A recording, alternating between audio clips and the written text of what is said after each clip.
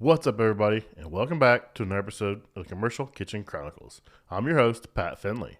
I'm a lead master certified technician at General Parts Group, and I'm a certified special trader. Our goal is to shine a light on what we believe to be one of the most interesting and rewarding industries a field service technician can work in. We love the work we do, and we are glad you're here listening to this podcast. In this episode, Jason, Rich, and I just hang out and catch up. What's up, everybody, and welcome back to another episode of the Commercial Kitchen Chronicles. I'm your host, Pat Finley, and I've got my two boys back in tonight. We got Jason Latimer and Rich Ortega in the house. It's good to see everybody back and hanging out. So, what's up? What's going on? Just enjoying this holiday, man. I took off Friday. I don't like working, being off on a Thursday, having to go back on Friday, and then the weekend, because that Friday you're not getting anything done. Let's just be honest, man. You're just coasting. Yeah, so, you already checked out. Well, you might as well just take it off if you get the time to burn, and if you're the smart one to get it in. So I got it in, so that's what I'm gonna do. But first, I gotta talk about this RLS summer promo. So the summer promos are back. For a limited time, you can save $500 on your choice of 4 different tool and jaw sets used with RLS press fittings. That includes a Klauke 19 kilonewton tool and 5 jaw set, plus 8 jaw sets that are compatible with a wide variety of press tools, including my favorite, RIDGID, Milwaukee, and many others. For complete details, visit rapidlockingsystem.com/save500. With RLS press fittings, you get reliable joints in about 10 seconds. With no flames, no fire hazards, no brazing materials, no burn permits, no fire splatters, and no nitrogen purging. Plus, you're getting the most proven HVACR press fittings on the market. The only ones that have been in use since 2015 and have more than 20 million installed fittings in the field. Again, get all the details on the RLS summer promos at rapidlockingsystem.com/save500. Dang, he did not like my ad read. He said, "See you later." He's back. He's back. We got him in. Dang, he didn't like that ad read. So, man, it's July already, dude. The year's half over. That's kind of wild. It's been a wild year. Jason's got us on mute. I don't know if he knows it. But it's been a wild year so far, man. So I've had a lot of fun. I know Rich has had one hell of a year so far to remember. How long have you been out there? I've been out here, I guess technically April 1st was my first official day on my own. So I can't math right now, but whatever that adds up to is how long I've been out on my own. 2 full months so far, huh? Yes, there you go. Sounds about right. So that 2 months, man. I mean, I'm sure you've had a lot of trials and tribulations, a whole lot of ups and probably some downs in the mix. And I love seeing you out there for your kids, though. Your boys out there putting in work, man. That's awesome, dude. I'm in the same boat. I don't own a business, but my 2 sons are there, and I finally got the pleasure of working with Dalton, my youngest, this week. And nice. It was cool. He's been working with his brother. I've had another new tech we brought on to at the same time. One's experience. I'm just trying to get him brought up on our processes and stuff. So we did a walk-in cooler equipment change out. It was a 10-year-old cold pack box. It's an Italian restaurant, man, and it's just, Italian restaurants, the sauces, the onions, everything in those restaurants are just made to destroy copper. And, it is what it is. So, but I got the pleasure of working with him and got him up on a ladder. I didn't get him to braze or anything, but he was a gopher, and he had fun, though. It was cool. So I enjoy seeing the kids out there working, dude. The next generation, it's inspiring to see it. I lived through my kids, them coming up, and I'm like, man, if I made the money you guys made at your age, things would have been a lot different for you guys as kids. Yeah, for real. You might not even be here. It would have been a lot different path to get where we're at. So it's cool, though. So, Jason, how's the weather down in Florida treating you, man? It is storming outside right now. It's dark, but you could probably... You might hear it. It was just thundering a second ago. There's a system coming over. I think it was pretty dry in the wintertime, or our winter. So the grass was dead, getting letters from the HOA. Now my grass is like 1.5 feet, and I have to cut it once a week. Getting letters from the HOA still? Yeah. Jason, you know better. We have a full episode of Jason and his HOA woes. How's the heat been treating you, Jason? How's the rooftops been treating you? Man, let me think. Since I've transitioned, I've transcended. Wow. No, it's not too hot, man. Making it from the parked car garage to the office it's a hot one, but it's which about it. people don't understand. In Florida, walking from your car to the building door, you can literally soak your shirt in sweat and wonder if you dried off when you got out the shower. Yeah, People like I don't ruined this get that shower. part. Yeah. Yeah. You know, you guys reminded me of a great fact about Florida. Like people come down in the winter and they're like, "Oh, this is awesome," but come down July and August and rethink that. Again, everyone's lied to. They come here when it's nice out because that's when they have a break up north, and then they go and purchase a house, and then when they move here, bring the kids, transfer jobs. It's the middle of summer, and now it's a little too late. I remember when I was a teenager, we had neighbors that had moved down from New York, and like through the fall and the winter, they're like, "Oh, y'all talk about it being hot. Y'all never experienced a New York summer. New York summer." I'm like, "Yeah, whatever, bro." The first summer temperatures hit, these people were dying, bro. I was like, "What happened to the New York summer? What y'all talking about?" People don't get it, bro. It's a different animal down there. When you see people throw their hands up like they're on a roller coaster and like, I can't breathe. Like it's the humidity. That's why you have your hands up. Yeah, they're like, my skin can't breathe. I'm like, I feel you, but we're acclimated. I had a customer today. I took care of their HVAC and exhaust in their kitchen. And when I was done, the lady was like, "Thank you for getting this temperature back down." She's like, "Because it's hot. And you know, when it's hot, you have an attitude. I don't want to have an attitude." She was honest. She was honest. Yeah, I was like, I had no problem. Appreciate the transparency, right? I spent 3 hours on the roof today, so you didn't have to have an attitude. Straight. You're good. Love it. Dude, I did that install, and like we did it yesterday. We went back today and checked superheat and cleaned up our mess and put some strut hangers up and stuff like that. And dude, I wasn't on the roof 10 minutes between both days. It was great. I put the new guy up on the roof, and I was like, "Don't have a leak." The only thing is he's used to working by himself, so he doesn't communicate very well. So like he opened up the valves on the condensing unit and let the pressure out, and it scared the shit out of me, dude. Like, because I didn't know what was on. And luckily, because he didn't ask me if I was done brazing or anything. So luckily I wasn't brazing or anything and blowing that in my face, dude, because I was like, you got lucky. Because if that had blown up in my face, I'd have been up on that roof throwing you over. Throwing you off. Unofficially. Yeah. I mean, it's just he's not used to working with somebody, so he's not used to communication. And I just told him today, I said, "Hey, we had a couple of hiccups, because we had that, and then his micron gauge was like 700, and it was just stuck." I was like, "There's no way." We pressure checked this thing for 250 for like 45 minutes. It didn't budge. I mean, this thing was actually climbing. I was like, "We're good." I was like, "Hey," do you have cord move tools on? He's like, "Yeah." I was like, "Do they have side ports?" He's like, "Yeah." I said, "All right, I'm gonna check something." So I put my micron gauge on there and I let it pull down and I valve it off, and we're holding like 290. I was like, your gauge is just jacked up or whatever. And he hasn't done refrigeration for the last year where he was at. So I was like, "Oh, your gauge is probably just dirty or whatever." So I was like, but I'm sitting there and I got valved off. I'm like, all of a sudden I hear the pump ramp up. I was like, whoa, whoa, whoa, whoa, whoa, whoa. I was like, what in the world? He took his micron gauge off up on the roof and didn't tell me he was doing it. So like all that happened, we just had to let it run for like another half hour, dude. I was like, no, dude. Did I ever tell you about when they sent me to help a coworker leak check a soft serve machine? I ever tell you all about it? No. We're leak checking this soft serve machine that this dude had a bunch of problems on. And like the short version of the backstory, he was trying to get out of me helping him and trying to get me to do the work. But because of who he was, I was like, "Nah, that ain't happening." So we get there and I'm like, "Yo, I hear the leak. We got a bunch of pressure in it. I hear the leak, but it's kind of faint and I can hear it in certain spots." So you know how tight it is to work on a countertop soft serve machine. So I'm like ripping out insulation and I'm checking. I'm like, "Yo, I can't find this leak. It sounds like it's moving. It's there." Bro, I spent like 30 minutes ripping it apart. And then I'm like, I find where it's leaking from. The retard did not have an O-ring inside the hose for his gauge. And then he's like, "Oh, my bad." They probably never had a leak the entire time. He's chasing his own leak he's making. Yep.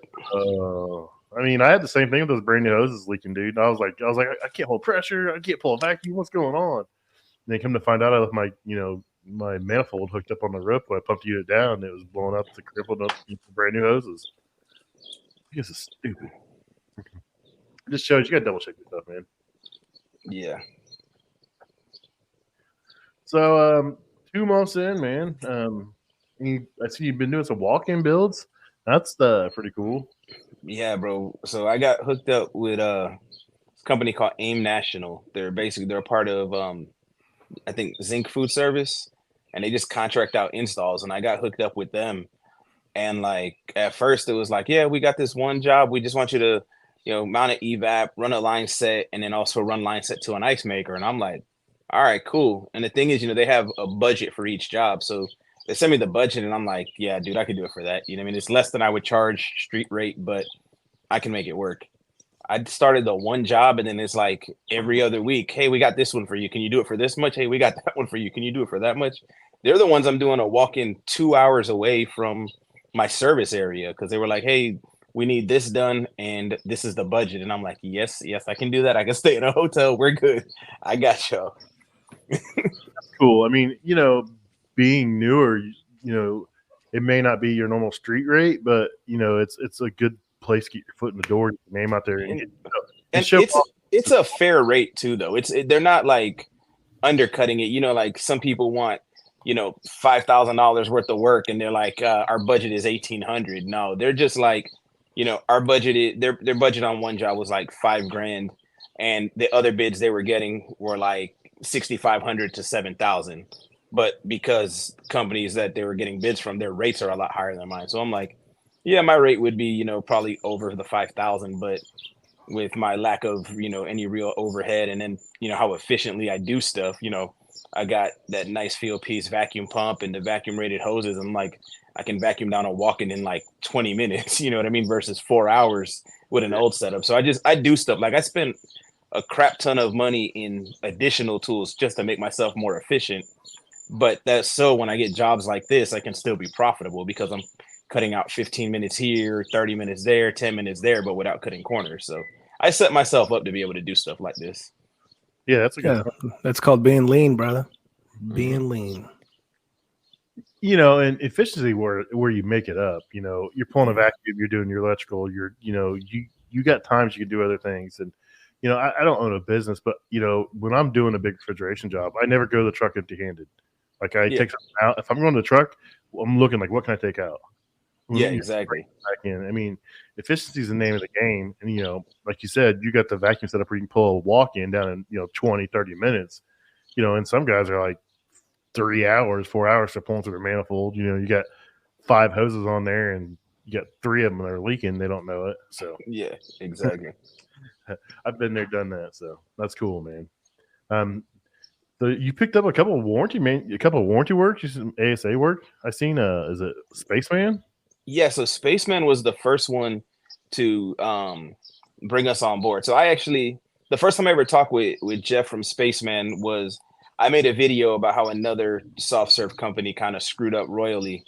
And he just sent me a message. He was like, oh, I know exactly who you were talking about, which he did. And then, we just kind of started chit-chatting. And then he was just like, yo, if you ever go out on your own, we'd like to bring you on board. So when I went out on my own, I went to him. I'm like, hey, you still want to bring me on board? And he was like, yeah, absolutely. So he not only signed us up for him, but then he introduced me to the NSC. And then from there, it just, snowballed. I got called by one of Spaceman's competitors the other day, and they're like, hey, we'd like to add you to our network too. We saw you do, you're in Spaceman's network. We want you in ours also. And I'm like, cool. Hell yeah. But yeah, it's growing. I'm in Colpack. I'm in a bunch of, small manufacturers. I'm too tired to think who else, but I mean, if you go back to my LinkedIn page, you'll see just about everybody that I'm hooked up with right now. Yeah, you were busy making announcements that day. I was like, man, this dude's killing it over here. It's cool. I'm excited to see you grow, dude, and see what you're going to build. I mean, appreciate it. We used to be coworkers. I mean, and there's no hate or anything, dude. I mean, I want everybody to succeed. Do your own thing, working with me, transition into, your dream job like Jason's doing. I want everybody to succeed. There's enough stuff out there for everybody. Yeah. Just do what you got to do and just enjoy what you do, man. Exactly. Yeah. What about you, Jason? Let's transition to Jason because he's sitting there quiet. We ain't gonna put him on the spot. Oh man, it's late. I'm having a drink. I'm pretty happy. I'm off tomorrow, which I'm probably still gonna go through emails. But I'm off Friday, and I'm like, there's a guy, the new guy. He's today I took him to Lowe's, got him his ladders and a bunch of like truck stock stuff. And Friday he's going in the shop. They're pulling all his parts because I have his parts, and he's gonna go to United. I was like, dude, if you have any questions, call me. I'll help you out. I mean, he's an experienced tech, and he's just trying to get used to our way. So I want to make sure he's set up ready to succeed. I don't want to see him fail, man. I need some relief out there. I'm over 60-hour weeks all the time. I don't mind them, but I'm over them, if you know what I mean. Yep. Yeah, especially when, like you said, you can do simple things to help them get set up for success. There's no reason why to not do it. You know what I mean? And end up screwing yourself by not doing it. Well, and they wanted him out sooner. I'm like, no, he doesn't have his PPE. He doesn't have no parts. I was like, you're going to send a guy out there that has no company provided tools, no parts, no PPE. I said, you got to burn him up. If he gets hurt, we're screwed. Yep. He needs parts, he's screwed, we're screwed. I was like, it doesn't make sense. I was like, get the stuff in, let's do it right. I don't want him out there thinking that, well, they're just rushing me out here so I can make money. You know, leave him hanging out there. And once I explained it that way to everybody, they understood it. And they're like, yeah, we need to do this right. I'm like, you want guys to stick around and want to be here? We need to do this right.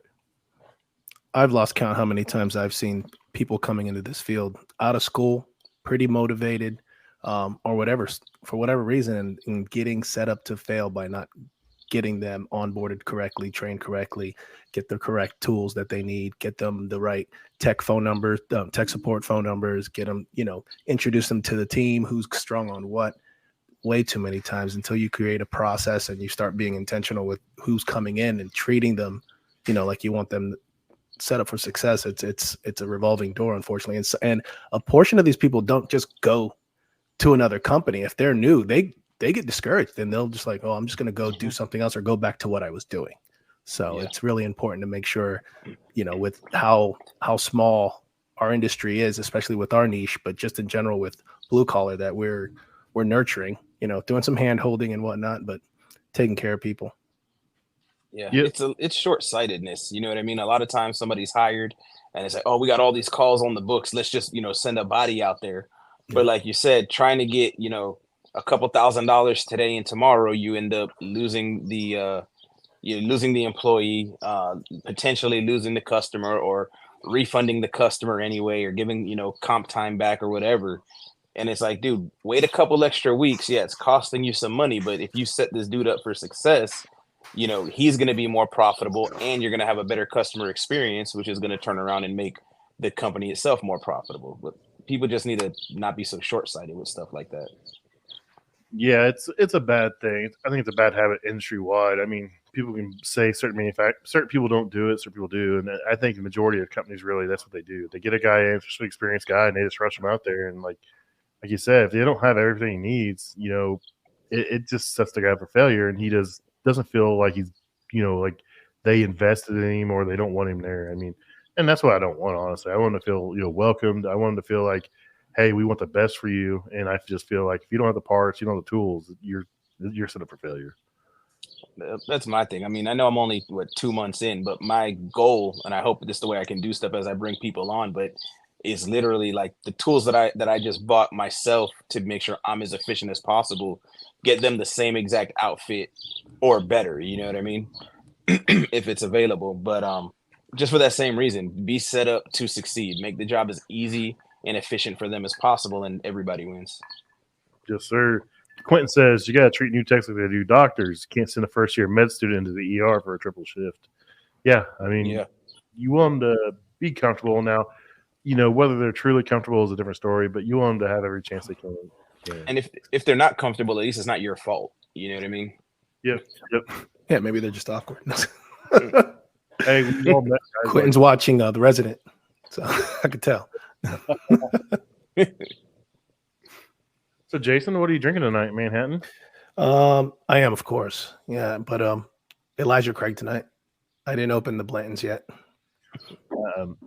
Your buddy is sending me a care package, so I'm excited to get that. David's gold, man. That dude's gold. He lived. I mean, he was messaging me, and he was working in my area, like Anderson. Like he was up here when he worked for Comcast, like doing stuff in my area, my hometown. Oh wow! Because I gave him my address. He's like, no way. I was like, yeah. He's like, dude, I was doing Comcast stuff in your area back in the day. I was like, that's cool, dude. But he was a good guest, man. That dude, We had to say, I don't think I said 20 words the entire episode besides the ad read. He was on. And it was all great information too, man. And I've known him. We worked at a previous service company together. I wasn't there long. It was that short. It was after I left Steak and Shake, tried a service company for like 3-4 months. Didn't jive that time of year because it was for Florida. After August, it was low man on the totem pole. So I ended up going to Casper's, and then he ended up coming over, and I've just known him for like 8 years, and a lot of just him being a friend and talking to him, and just a lot of the things I say or I've learned in the field was from David, so it was really nice to have him on. He's got a wild outlook for being a sales guy. Most sales guys do not give one heck about a technician, dude. They don't care. Oh, he's very passionate. He's the one who showed me how to do site visits. Like we drove down to Naples.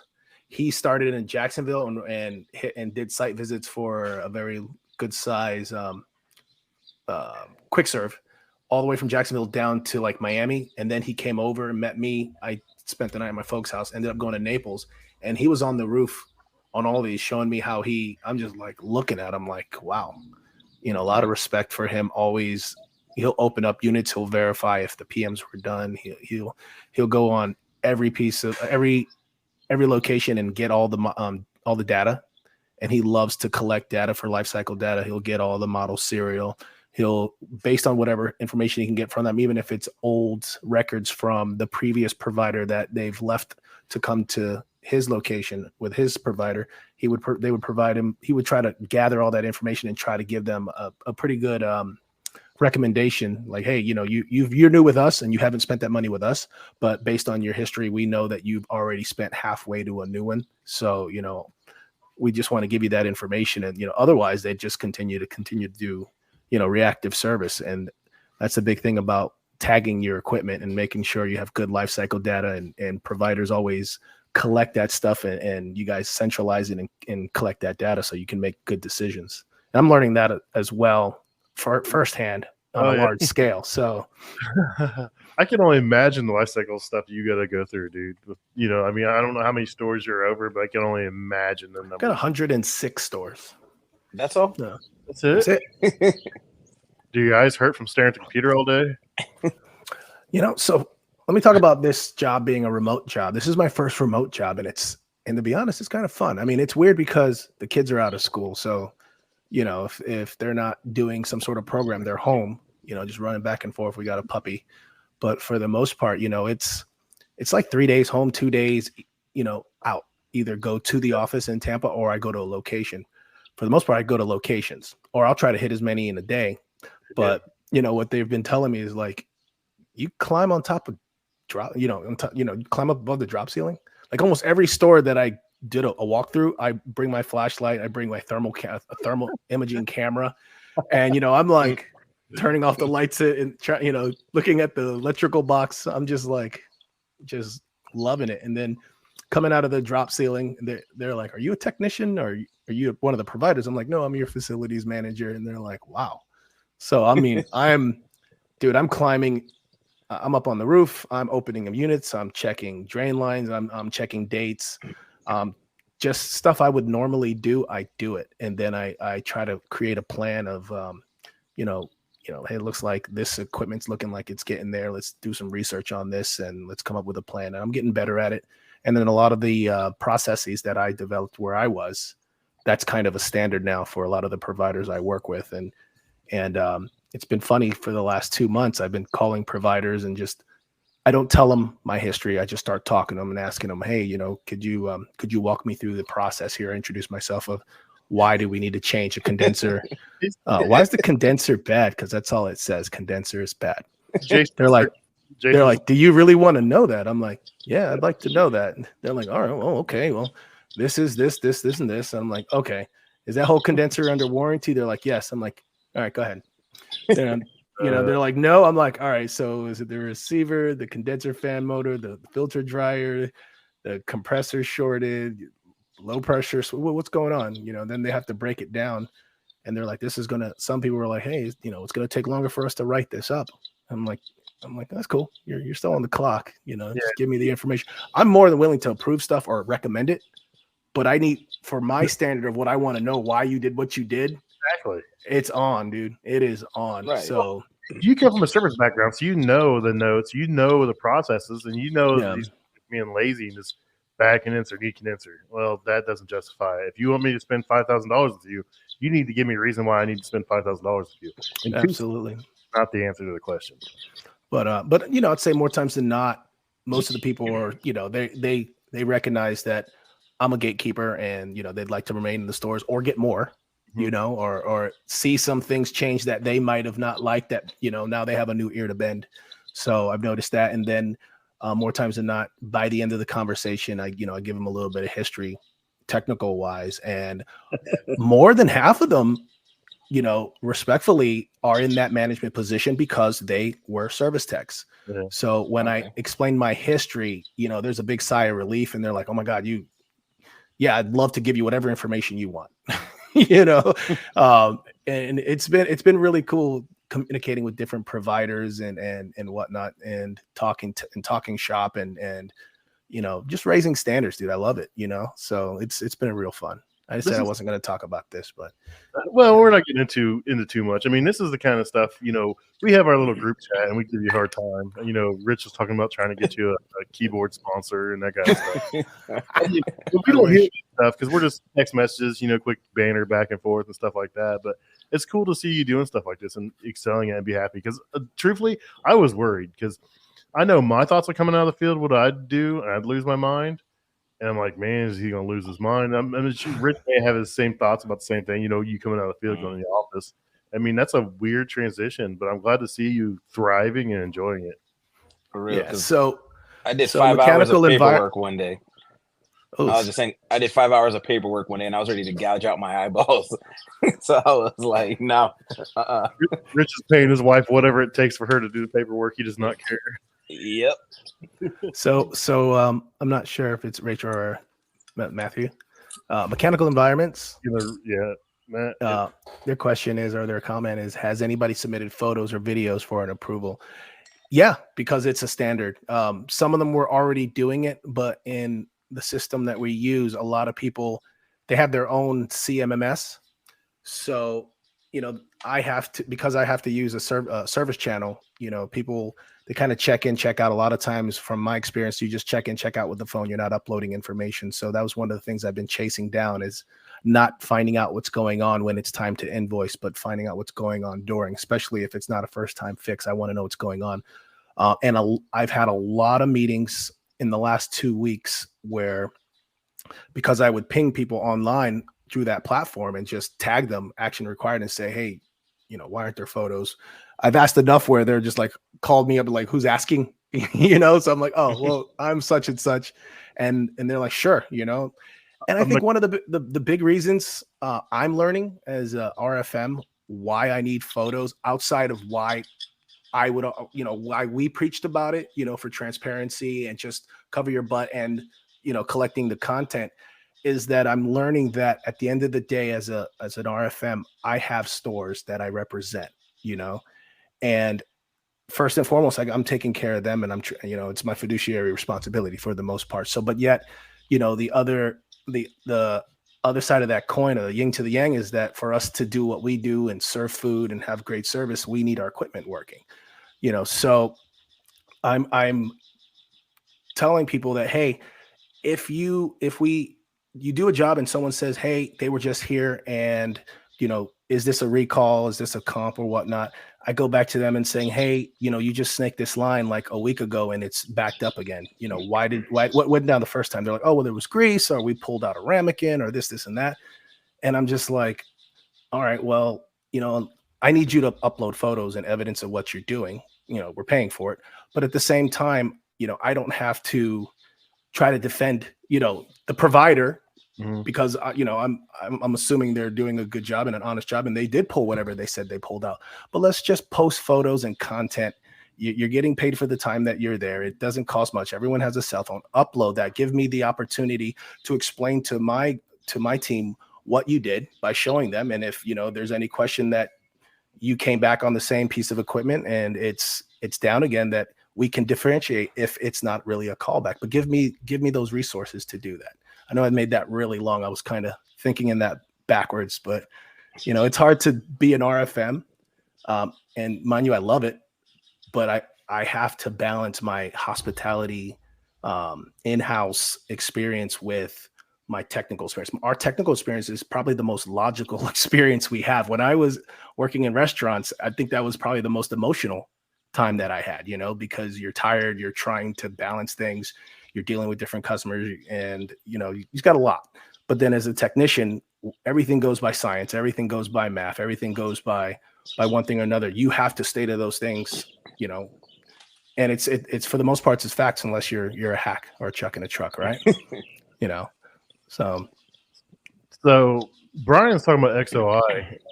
We're in some test phases, some of the markets I'm in, and it's coming to my branch here soon.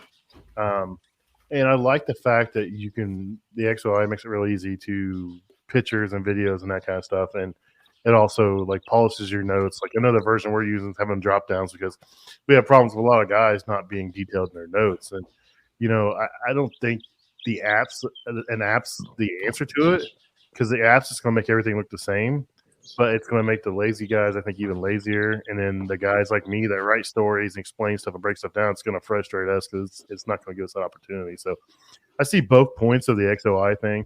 I haven't used it personally yet. I'm kind of irritated by it, but it is what it is. Can I speak to the XOI? Yeah, good. So, No. Yes. Anyways, so my former employee, Casper's, they're using it now, or at least testing it out. And I was the PM manager, and now the PM manager is Jonathan, and they started out with that. So I was always big on checklist and before and after photos. We've talked about this often, but with the XOI, these guys, as they do their job, they have to take, it's set up the way Jonathan sets it up, where they have to take a photo of that disconnect that was turned back on at the very end, which is so elusive and never turned back on. It makes you do what you have to do on that. It forces you to make that checklist, and I get a link. They can add it to the ticket, and I can go back at my own leisure and I can see what they did. And now they're rolling that into service. And I know that a big part of that was that it takes the dictation of your notes, and the AI works on it. I'm not sure if that's another level. Yeah, that's what we're working on. It's the drop down menus on what you did, and then it creates the notes. But it also, they're using it to data mine like what you found for possible first time fixes on the next time around too. So it serves a double edged purpose. It's going to clean up the notes and make everything more uniform and more detailed for some people. Some people it's not. But it's also harvesting that information. So this is the error code. This is what you did. And this is the problem. So, for people that struggle for diagnosis, it's going to make their jobs easier. Maybe, that's in theory. So I haven't seen that side of it, but I just know that's part of what it's doing. The dark side to that, obviously, though, is it can definitely increase parts changers. Yep, it's going to have to be the valve, and you're not actually, diagnosing anything but the valve, or you're changing the valve and then it still doesn't work, So if it says you need a valve, you need to verify that you have power to that valve. You don't need to just go in there and blindly change the valve. But we all know the guys are going to go in there, well, it says the valve, so I put a valve in there and it still don't work. Yeah, because you never told you the valve. AI told me it was the TXV. That's when it's going to be real fun, when the AI gets kind of jacked up and they're bringing a TXV out. Yeah, when it starts saying everything's a TXV, that's when AI is done. Bring a TXV to a convection oven. Greg Austin, I work for a parts town company, and the parts predictor thing, it's all part of the XOI data harvesting stuff. And I think I don't know if it's shared information, but I'm sure they talk on the back end saying we're one big happy family. But you can ask ChatGPT about Hoshizaki. It knows quite a bit. I've asked quite a bit. It's amazing what information. So it's the same. I think they're pulling from the same information. It's a really, really fast milliquick Google. I think it's a good idea as long as it's used to steer technicians in the right direction. And that's if we start using it to look for answers, I think is where we're going to be in trouble. But if it's like, my machine won't turn on. You got a guy that's completely green. Okay, the grill's not turning on. Okay, well, did you check the breaker? The stuff they would call you for that you really shouldn't be on the phone answering kind of thing. That's where I think AI's place is in this. Is here's a basic checklist of stuff that, you know, you need to check. And then if it gets beyond that, then they call tech support. Then they call, you know, a guy like you or a guy like me or whatever, and we can help them out, you know, deeper. Because like I said, when I did tech support for a little bit, I got some just stupid calls. You know what I mean? And I'm like, you know, I helped a guy one time figure out, okay, you lost your neutral somewhere. Well, where did I lose it? Like, really, bro? Like use your meter. You know what I mean? Like, so Jason and I talked to a company called Visual Logics, and they do that. Their big thing is when the customer calls in, there's a list of things the customer can check on their end to potentially alleviate a service call. Yeah. And you know, we were supposed to have them come on, and it kind of just fizzled out. But you know, they do a data harvesting thing too, but I just don't think it's on the scale of XOI. I think XOI is just a bigger name and has more power in the industry. So, but they do the same type of thing. Like the customer call in, and so your dispatcher would put in this query, and you know what it is, and it's going to spit out a list of ideas that the customer can try on their end, and like to stop the nuisance. That's useful. Yeah, I think that's a really good idea because that dude. I mean, don't get me wrong. I love the easy money on a Sunday, driving 2 hours to plug something in, or you know, the reset a GFI because someone hosed them with the water. But if I could save my customer that money, it's going to make us look better in the long run. I'm the opposite. I hate. Oh, I hate it. I hate a Sunday drive, for example, like you said, 2 hours away to flip a breaker. Like if you call me out of my house, you know, on OT, we need to be fixing something. Yeah, you know what I mean. I mean, I don't like doing it. I mean, it's easy money, but I don't like doing it. You know what I mean? Mm-hmm. I'd rather. I'm the guy. If the customer calls in on a Saturday morning or a Sunday morning, hey, our whole bank of fryers don't work. Hey, did you clean last night? It's the first thing I ask them. Yep. Well, yeah, I cleaned the floors. I'm like, pull on that gas hose. Well, we checked that. I'm like, just pull on it. And they're like, oh, okay. And yeah, dude. I did that. I remember one time in particular when I was still down in Florida, we had an account in Orlando, pretty good account for the company I was at. And the guy called on a Saturday. It was either Saturday or Sunday when I was on call. And like half his cook line wasn't working. And I'm like, bro, that doesn't make any sense. You know, half your cook line just doesn't go down. Whole cook line, okay. Half your cook line just doesn't go down. So I basically walked him through like, yo, did you check this yet? And then I'm like, yo, did you check the gas valves? Make sure they're not closed. He's like, I'm not sure if they're closed. I'm like, send me a picture. Well, 3 of the ball valves were closed. And he's like, oh crap. Yeah, our cleaning company was here last night. They must have not turned these pieces back on when they reconnected it or whatever. And I'm like, there you go. I mean, he was grateful that I saved him a bunch of money by not driving out there. And I was grateful that I didn't go out. You know, at that time I lived like an hour away from the place and had to find parking in downtown Orlando. I'm like, I'm glad I didn't have to do that to go turn on 3 ball valves. I'm like, it's a win-win. I've got a really funny story about a gas hose. I was in a bad mood. You guys know how I get kind of moody sometimes. No. I was in a bad mood. This customer was throwing a fit. All our fryers don't work. And I told him, I was like, check the gas line. Like, we checked the gas line. This was like during regular business hours. It was like 10 o'clock. By the time I got there, it was 11. And it was a line of Pitco fryers. I had like 8 in the 4-and-4 bank. And me being a smart ass, I was like, okay, it's not the gas line, right? So I didn't even take tools in. I just walked in like a smart ass, checked in with the manager, for that. He let him back there. I reached over the fryer and I grabbed the gas hose and pulled it out. And I looked at the end and I was looking at the quick connect and I was like, oh shit, the nipples on the gas line is just spewing gas out 1.25 inches behind the hose. And I lean over the fryers, they're hot, and like plug it. I'm like, dude, you got to find a gas shut off. He's like, what do you mean? I was like, you got to find a gas shut off. We're about to die. Hold the other end. I was like, this is supposed to be mounted on the wall. Yeah, dude, it was terrible. I was bro. Burned. I got cussed out one time. You know, I worked on a like reach-in cooler. This was years ago, and like the next day, the cooler's on my schedule as a callback. I'm like, I think it was running perfect when I got there. So I said, let me call the customer. So I asked the customer, what's going on? He's like, it's not working. It's not doing anything. I'm like, it's not doing anything. I'm like, the compressor's not running. No. The fan up top's not running. No. Are the fans inside running? No. Are the lights coming on when you open the door? No. Are you sure it didn't get unplugged? Yo, this dude cusses me up and down. What, you think I'm an effing idiot? You mother effer? Yeah. I'll call you back. That's what he tells me in the middle of cussing me out. I'll call you back. And hangs up on me. So I give it 2 days and I call him back. I'm like, yo, you never called me back. Man, it was unplugged. Bye. I'm like, thank you.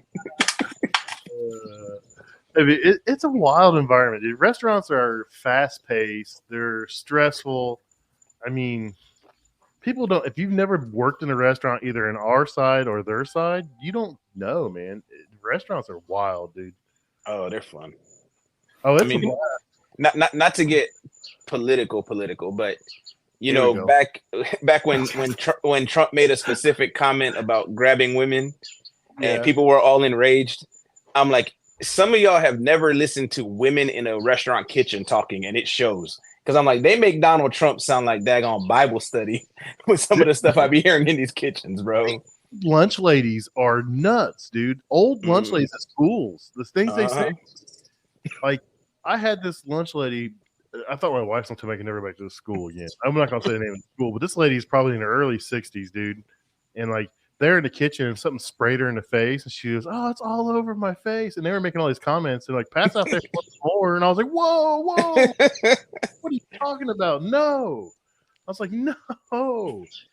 And she's like, "Well, she's just kind of lonely." I'm like, "I'm married. You gotta leave me out. I do not want no part of this, man." Yeah, kitchens are wild. It's been funny with my kids, you know, working with me, coming in the kitchens and stuff, and they're like, "Wow, okay, so this is what a restaurant kitchen is like." I'm like, "Yeah, y'all got to be a little touched in the head to like this kind of work because these places are crazy." Most of my kitchens are like little Hispanic dudes, dude, and it's great. They are balls of energy, and they are funny as can be, man. My oldest son, he got this haircut and he shaved his face, and he was like a little Amish boy.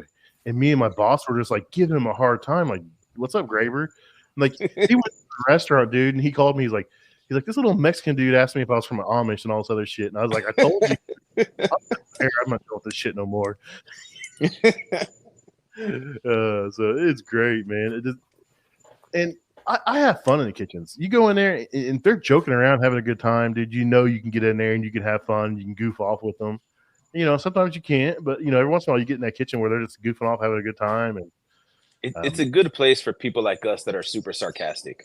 Mhm. You know what I mean? Like, I had a kitchen manager at a place that spent a ton of money where I used to work, and she called in an emergency. One of her fryers or pasta cooker or something wouldn't light, and needed it for the weekend. She had texted me before she put in the call because she was like, "Hey, if you're close, just kind of stay by until the call comes through or whatever."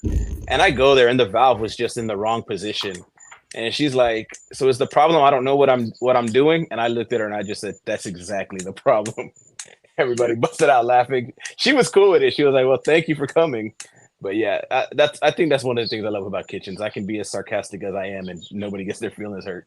Oh, dude, it's a fun environment, man. I mean, it takes a special kind of person to do it, and to really enjoy it and have fun, man. And most of them are honest, hardworking people, you know. And it's cool, dude. I love this industry. You know, Pat, I was thinking earlier what you said about the XOI and it making maybe some technicians lazy. I think that's the same argument when I got my first field piece man 4 or man 3. And the person at the counter is, you know, the old timers are like, they're like, "Oh, you don't want to, you don't want to figure out superheat. You just got to get it given to you, right? And the subcool, and you know, and you got a wet bulb." And I'm just like, yeah, it's cool. I got the same thing with my first set of digital probes. I had bought some yellow jackets, and that was the first thing the guy at the counter said: "You young techs don't even want to calculate superheat." I'm like, "I sure don't." Like, why would I sit there and why would I do math when it can do math for me, bro? Like, think about that.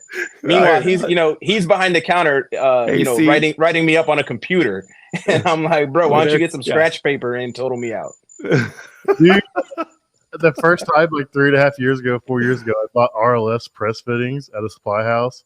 Like, I was scared to ask for them, and like, because the old guys in this, it's like buying Jimmy. Dude, these guys lost it. They're like, "Oh, don't know how to braze? You new to this industry?" I'm like, "No, I got this pretty cool tool I want to try out, man."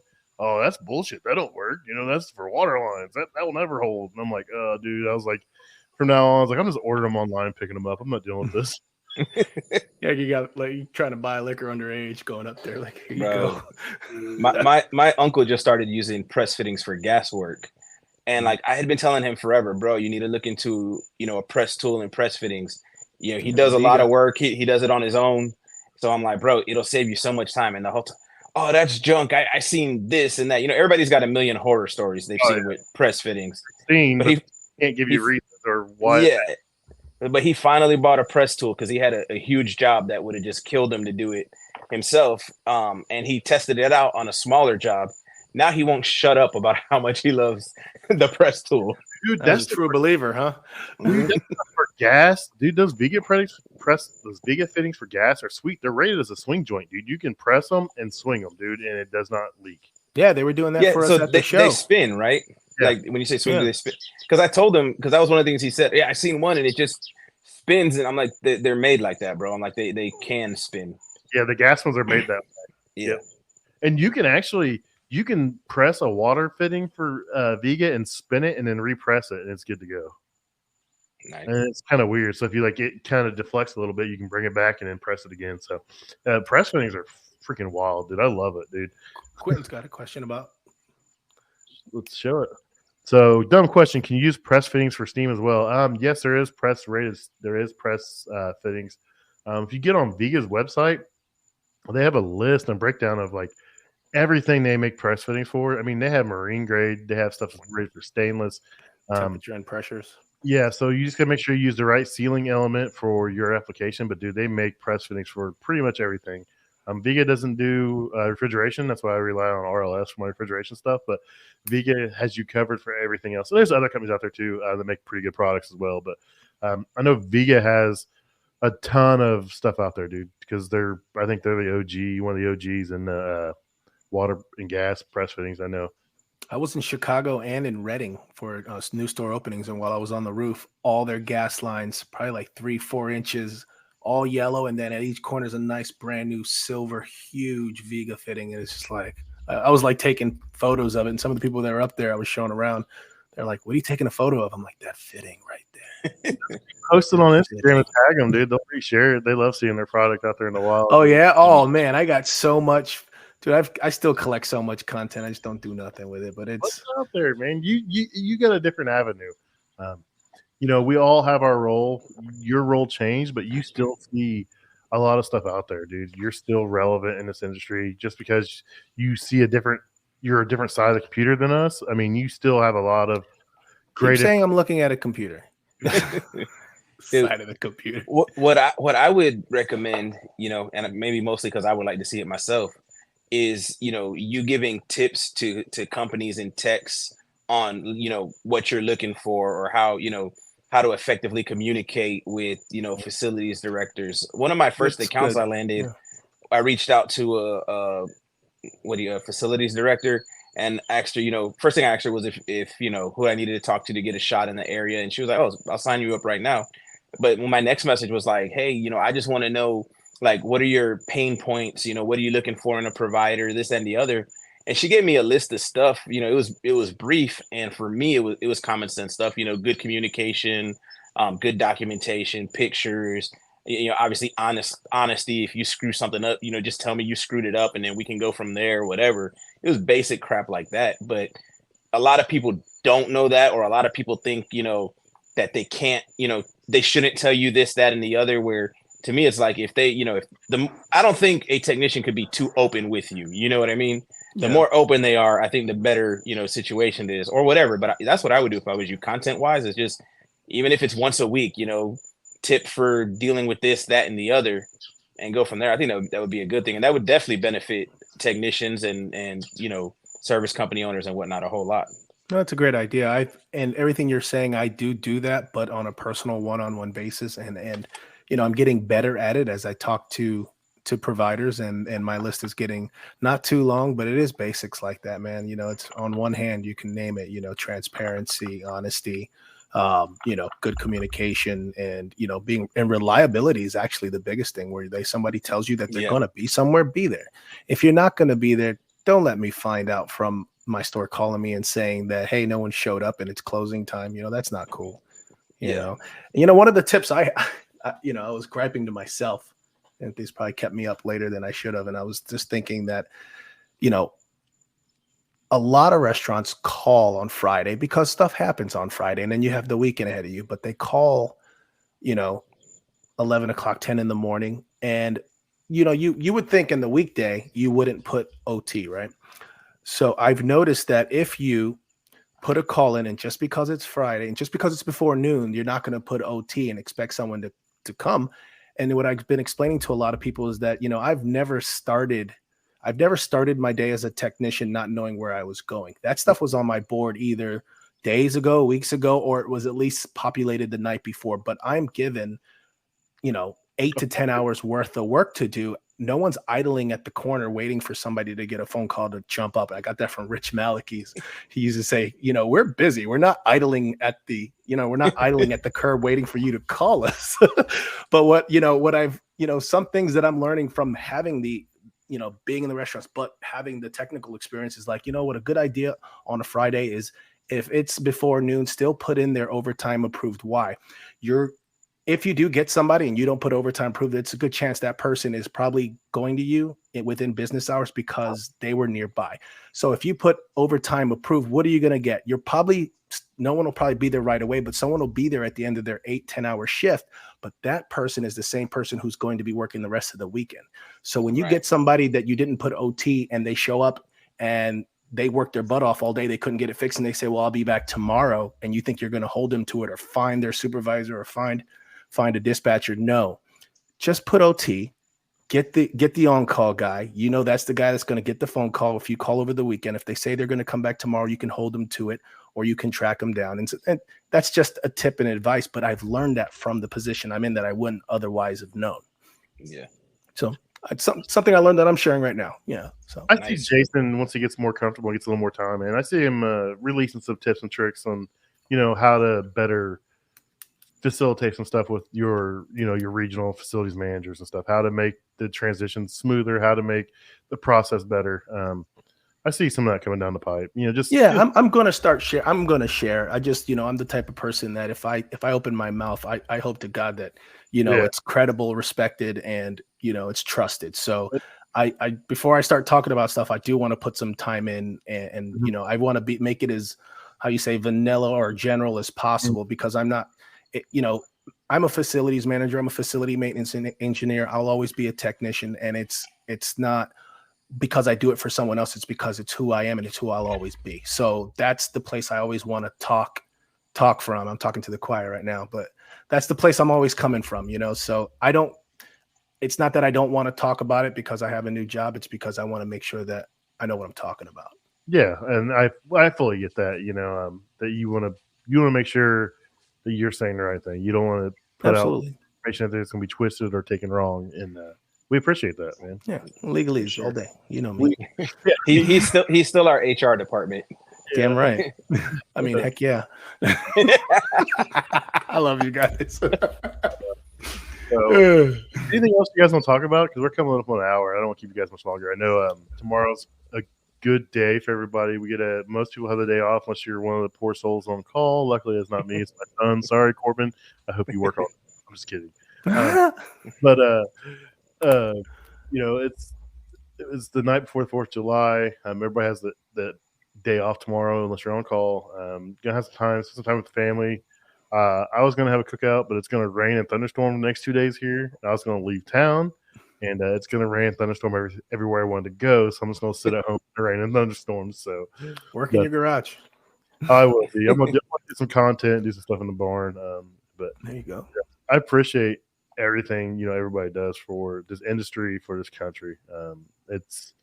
I don't know, I wouldn't want to be anywhere else. We all have our differences, but at the end of the day, we are all trying to support each other. That's what matters. Right. So, Jason, you got any more closing remarks? Generally, you've got something wise and all-knowing to say. And level-headed. I put him on this. It's normally ringing you guys back in from debauchery. I will say, usually, yes. I will say one thing about XOI, and you mentioned Rich Malachi. He does a cool job of taking some of the XOI footage and going over it and putting it on social media, because that's part of what they do for XOI. They have to show the repair, and he'll put it out and he'll do a video over a video, and he'll explain what his guys did. And I think it's pretty cool. So, talk about mining some content. That's great, and his guys are doing it already. Yeah, and he's just got to make a video over the top of it and just talk about it. So it's pretty cool. Peanut butter and jealous, how my 11-year-old says. All right, guys. Well, I think it's good for tonight. And let's see what has anything else. I appreciate you guys coming on. I appreciate you spending the night with me in the audience and listening on the audio stream. Without you guys, this wouldn't be possible. I know we're not the number one podcast in the trades, but we're out here just showing our little side of it. And we should be. Yeah, I enjoy doing it, man. Some days I'm frustrated just because I'm overworked, and I still come in here, and it could have been really easy to not make a show this week, but I was like, man, let's just come on and hang out because I seem to have the most fun when we just hang out and shoot the crap for an hour or so and just be ourselves. Sure. Yeah, these are always fun. So appreciate All right. it. Oh, wait, one quick thing. This is going to be episode 98, I believe, and episode 100. We're going to do a giveaway, a couple of them actually. Refrigeration Technology stepping up with some stuff. I've got a A3 rated vacuum pump from our friends over at Navac or Navac. I'm not sure how to say it. Joey Hall says Navac. I say Navac, but they've stepped up. They're going to give away a vacuum pump that's A3 rated. So there's going to be some cool stuff coming up in the next couple of weeks. So make sure you stay tuned. Is that rolling through the next few episodes? I know we have a few people lined up. I'm not sure if you have a we don't have anybody lined schedule. up. 24, so we're open for the next couple of weeks. We have Nick Cribb, Mr. Nick Cribb from Cefesa from Sam Service. He's going to come on the 24th. He's going to talk about his story. We'll talk about Cefesa and some of the stuff they do, but he's got a really cool story. If you guys don't know Nick, he's a guy that came from being a dispatcher to running a freaking service company to being the president of Cefesa. This dude he's one of those guys when you talk to, he will make you run through a brick wall when you're going to be a good episode. Yeah. Nice. He's like Josh and Corey Yates. He's one of those guys that just get you fired up, and you can do anything in the world when you get done talking to Nick. So I look forward to that a lot. So, but no, we're gonna have some pretty cool giveaways for the 100th episode, and I just appreciate everyone sticking around and listening to us and watching us for 100 episodes. Word. How about you, Rich? How you wrapping? How you celebrating tomorrow and going into your holiday? Hopefully just chilling. It was cool. I was going to run some calls tomorrow just because I've been so backed up and customers are calling, but I wasn't going to charge holiday rates or nothing just because I'm behind. And they were like, nah, dude, take tomorrow off. Come see us Friday or Monday or whatever. So my hope is that there's no emergencies tomorrow and, I can just chill. But if they come, they come. I mean, it's part of it, man. You're growing. You'll get there. You'll get to the point where you're not on call every single day. But I mean, you're smart. You know when enough's enough, and you get to take some time away. So, yeah, I do that. And like I was telling a customer today, because he's got a small little catering shop, and I went and worked on an oven for him. And he's like, "Man, other companies wouldn't even come talk to me." And he's like, "And I know it's because I'm so small or whatever." And I was just kind of breaking down to him. I said, "My thing is, dude," I said, "I just sort my calls out by importance." You know what I mean? So that's how I try to do everything is, if it's not an emergency, like if somebody calls tomorrow and it's like my fryer's on, but dude, you got 6 more. Do you really need me out there for that fryer? No. Okay, then I'll come afterwards. But if your walk-in freezer's down or your dining room AC is down, then I guess I'm gonna have to be there. It is what it is. Yeah, I try to do that. I had a customer, they'd always call on Sunday night with ice machine. Sunday's 5 o'clock, they're 2 hours away. I'm like, look, it's double time. You're going to buy ice tomorrow regardless. You might as well just spend that money on ice because I'm going to charge you a lot more than you're going to spend on ice for tomorrow. And I'll come out tomorrow. Oh, no, you got to come today. You got to come today. I'm like, dude, it wasn't making ice yesterday, man. Yeah, see, and that's something I've always kind of ran by customers. I'm like, I got no problem coming out after hours. But the thing you have to understand is, and I would tell them depending what the unit is, there's only a 50% chance you'll be running or a 20% chance you'll actually be running when I'm done. Do you want to spend overtime for, a 20% or 50% chance that we're actually going to solve it? Some would say, yeah, because at least if you got the diagnosis, you can come back faster. Others are like, oh, if you're not going to get it running, no, come see me next week sometime. Yeah. That's what I would say when I was doing after hours dispatch. I'd say, hey, there's a 50-50 chance they'll be able to fix it.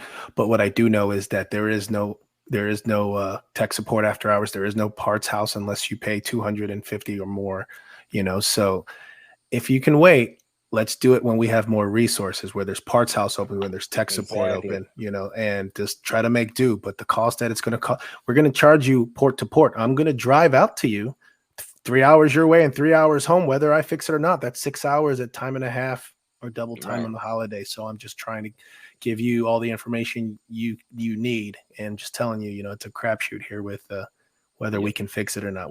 I can't promise you we are. Mhm. Exactly. All right, guys. Well, enjoy your 4th of July, and I will talk to you guys later.